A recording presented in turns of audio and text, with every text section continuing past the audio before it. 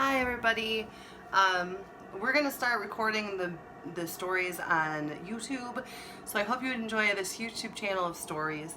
Today is Thursday, and today I'm going to be reading Duck and Goose. So I hope you like it, and I hope you guys are doing great. Duck and Goose. Written and illustrated by Tad Hills. Move this over a little bit.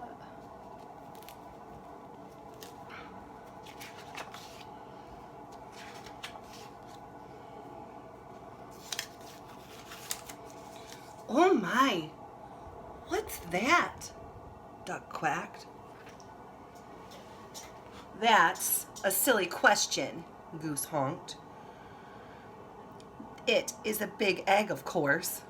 Of course it is an egg, I know that, huffed Duck. What I mean is, where did it come from? Goose looked skyward.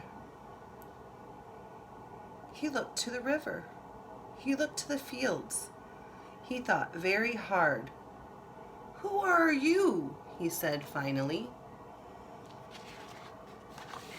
I, said Duck, puffing out his feathered chest, am the one whose egg this is. I saw it first.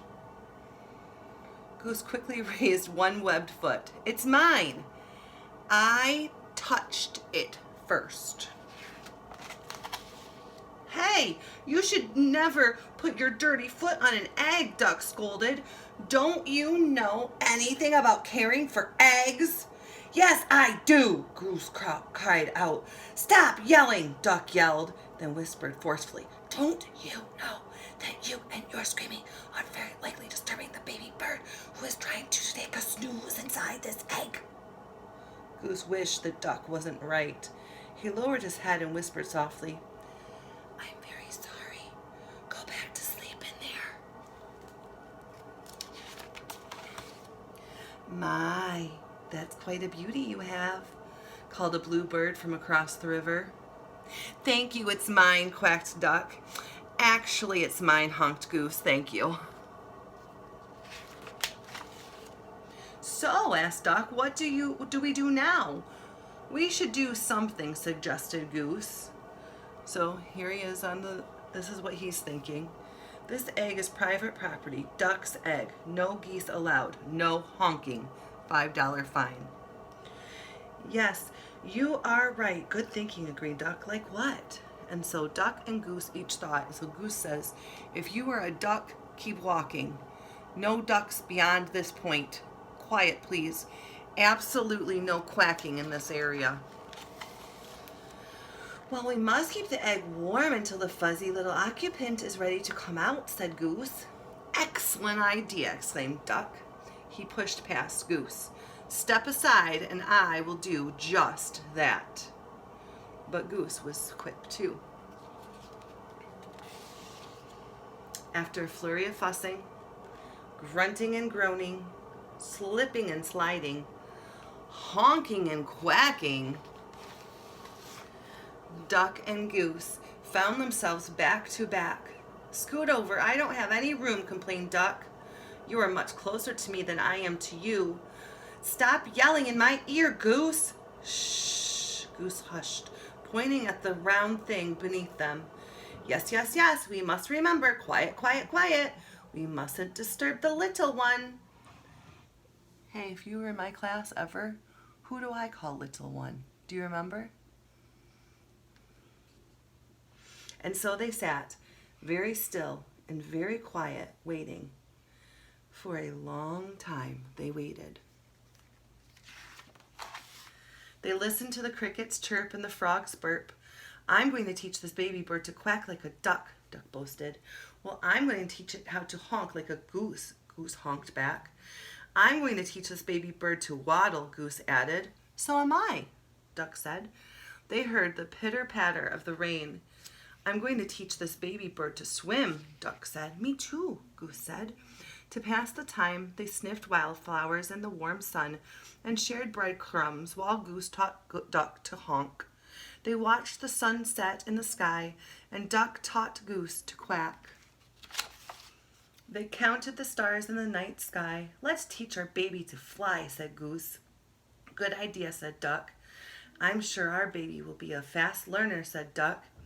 If it takes after you and me, I'm sure you're right, agreed Goose. Together they waited until... Did you feel that, Duck? Duck nodded. Yes, did you feel that, Goose? Goose nodded. It's time, Goose, it's time, Duck squawked. Quickly, Duck slid down and started running in circles around their egg. What should we do now? He hollered. I think we should remain calm, Goose yelled back. Excuse me, a little voice called out. Duck stopped. In all exciting confusion, he had failed to notice the blue bird kicking their egg.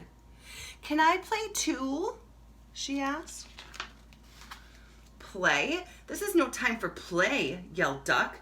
This is no time for games, yelled Goose. And what's with the kicking?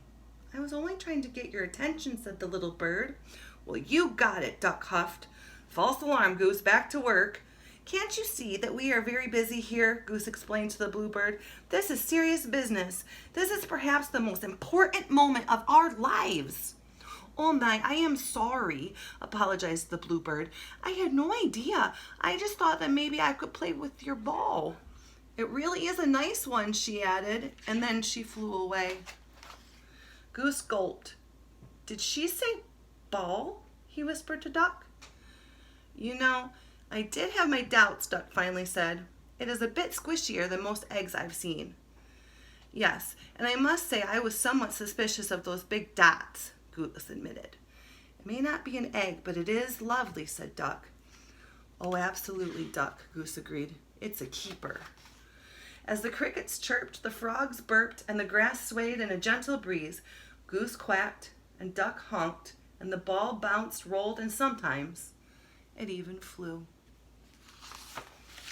The end.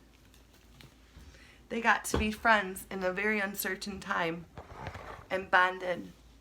I hope you loved that book. I love that book. I'm going to reread a couple of the books that I did on Facebook Live in the next couple of days to put on here too. But I hope that you liked that book today. Have a great day. Hug each other. Have a good one.